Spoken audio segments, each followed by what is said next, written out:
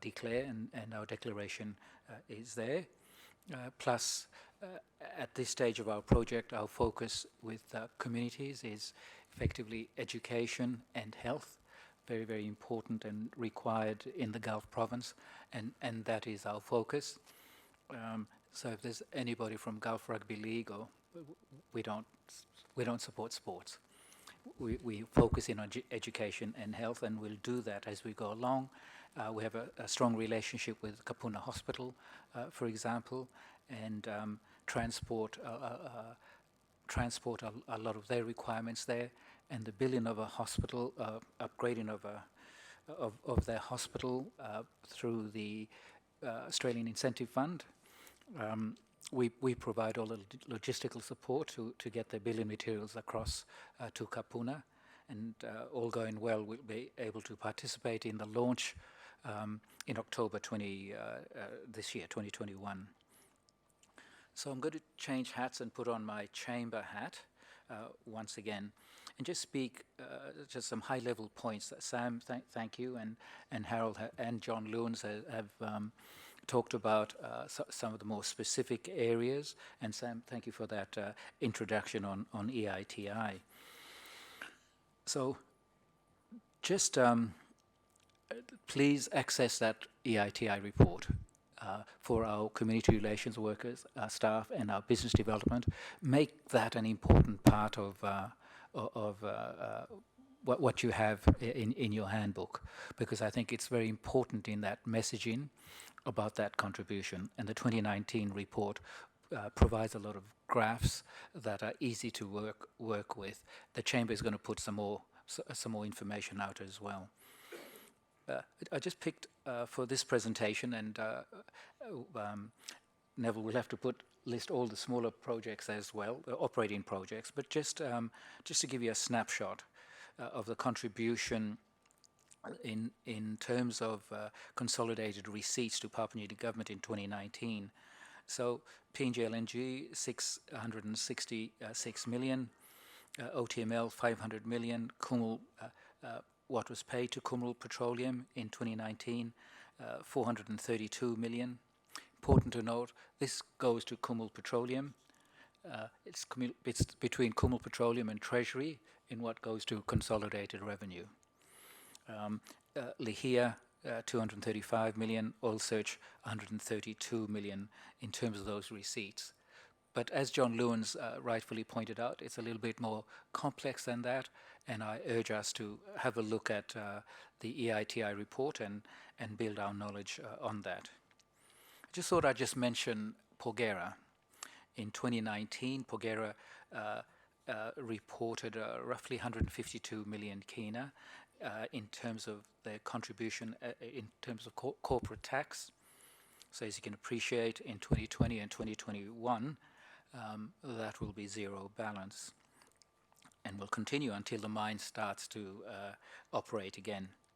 So it's rather urgent that we get Pogora back on track, and that 152 million I mentioned is a small proportion of the larger economic ecosystem that lived off the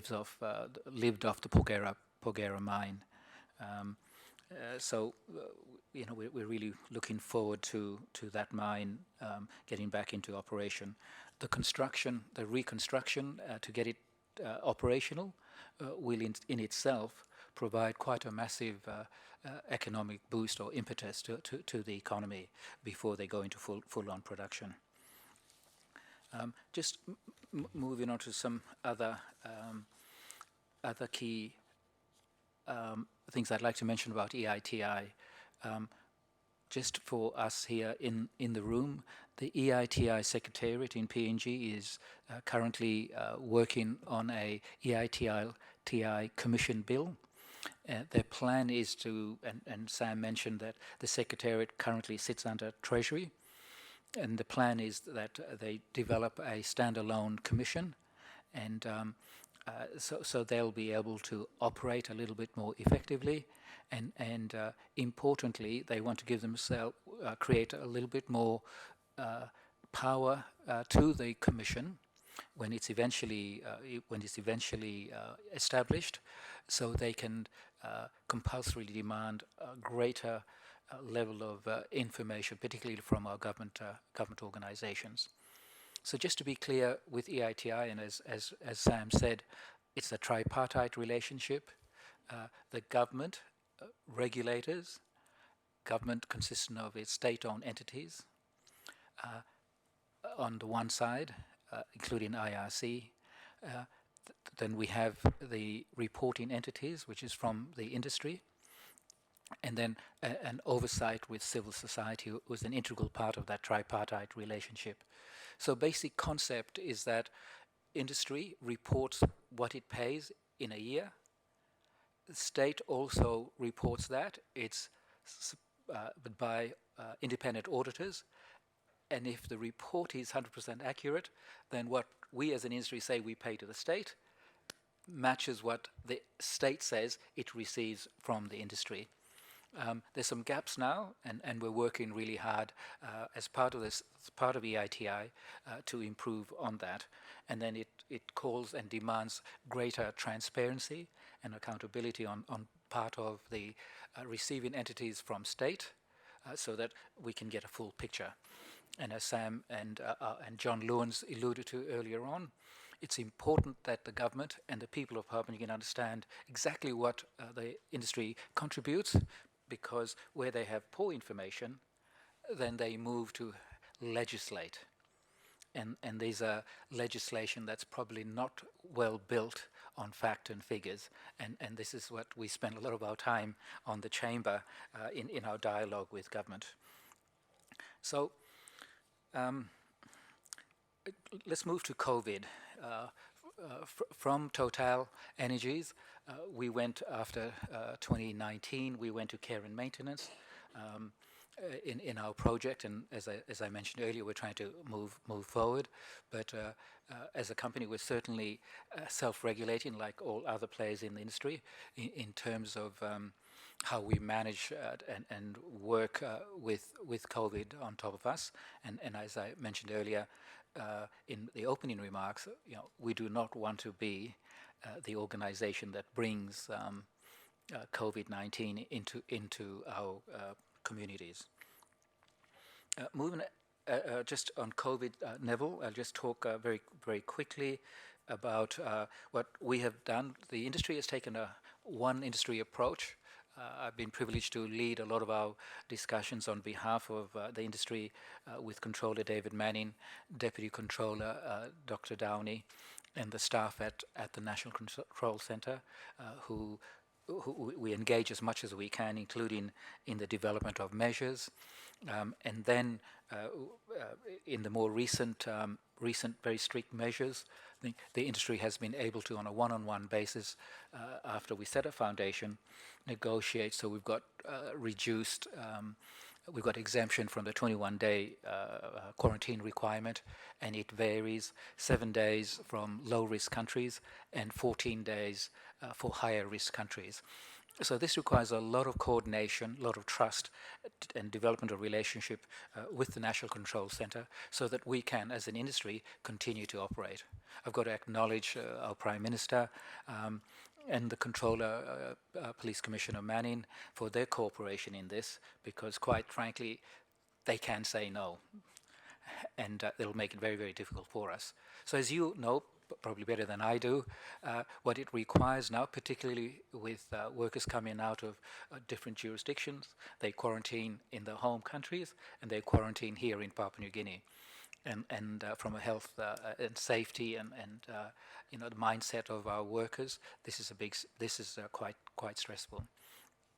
The silver lining in this COVID situation, and our companies have benefited from that, is that heavier reliance on Papua New Guinean skill set.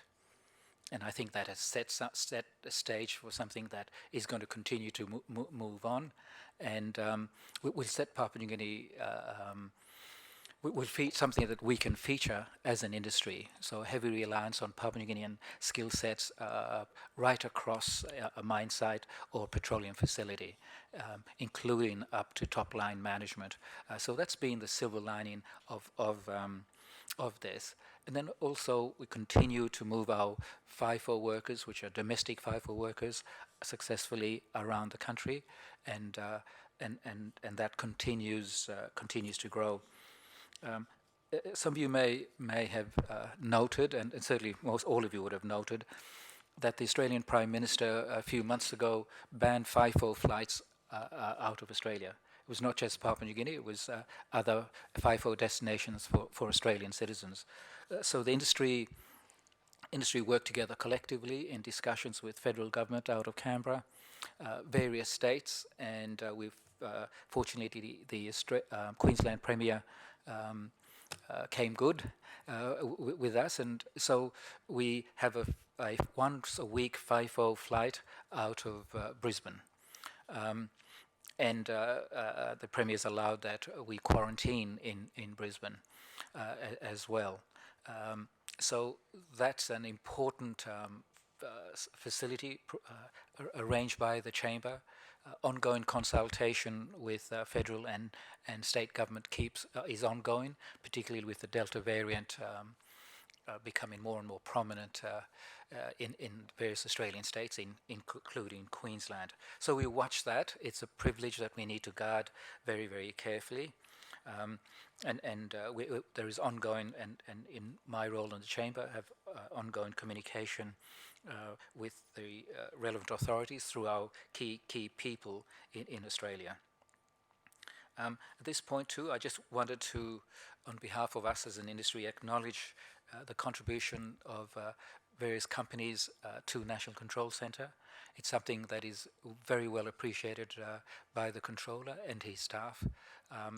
But the big contributions from Exxon, Newcrest, Octedi, K92, as they mentioned at provincial level, has been critical. But in fact, all of our operators, I know Ramonikal offered assistance in the Madang province. So everywhere where there are operations, it's been really critical. And I'm going to single out Oil Search and the Oil Search Foundation, because Oil Search and the Oil Search Foundation have embedded, on our behalf, have embedded staff and high level of expertise at the National Control Centre, and then also in Sydney, an Oil Search person is seconded to assist us with the approvals on a weekly basis to allow FIFO in and out of Australia. So I want to acknowledge that, and if I can recognise Ms. Leon Buskins as well, that's a very important contribution that we make, and obviously with PNG LNG and Peter's role there, embedded within the National Control Centre is quite a significant contribution. And we're working very closely, and we'll keep you all informed as the National Controller goes, National Control Centre goes through a process of reform, as the Prime Minister announced, and we're working to keep very close consultation so we can influence what that looks like going forward.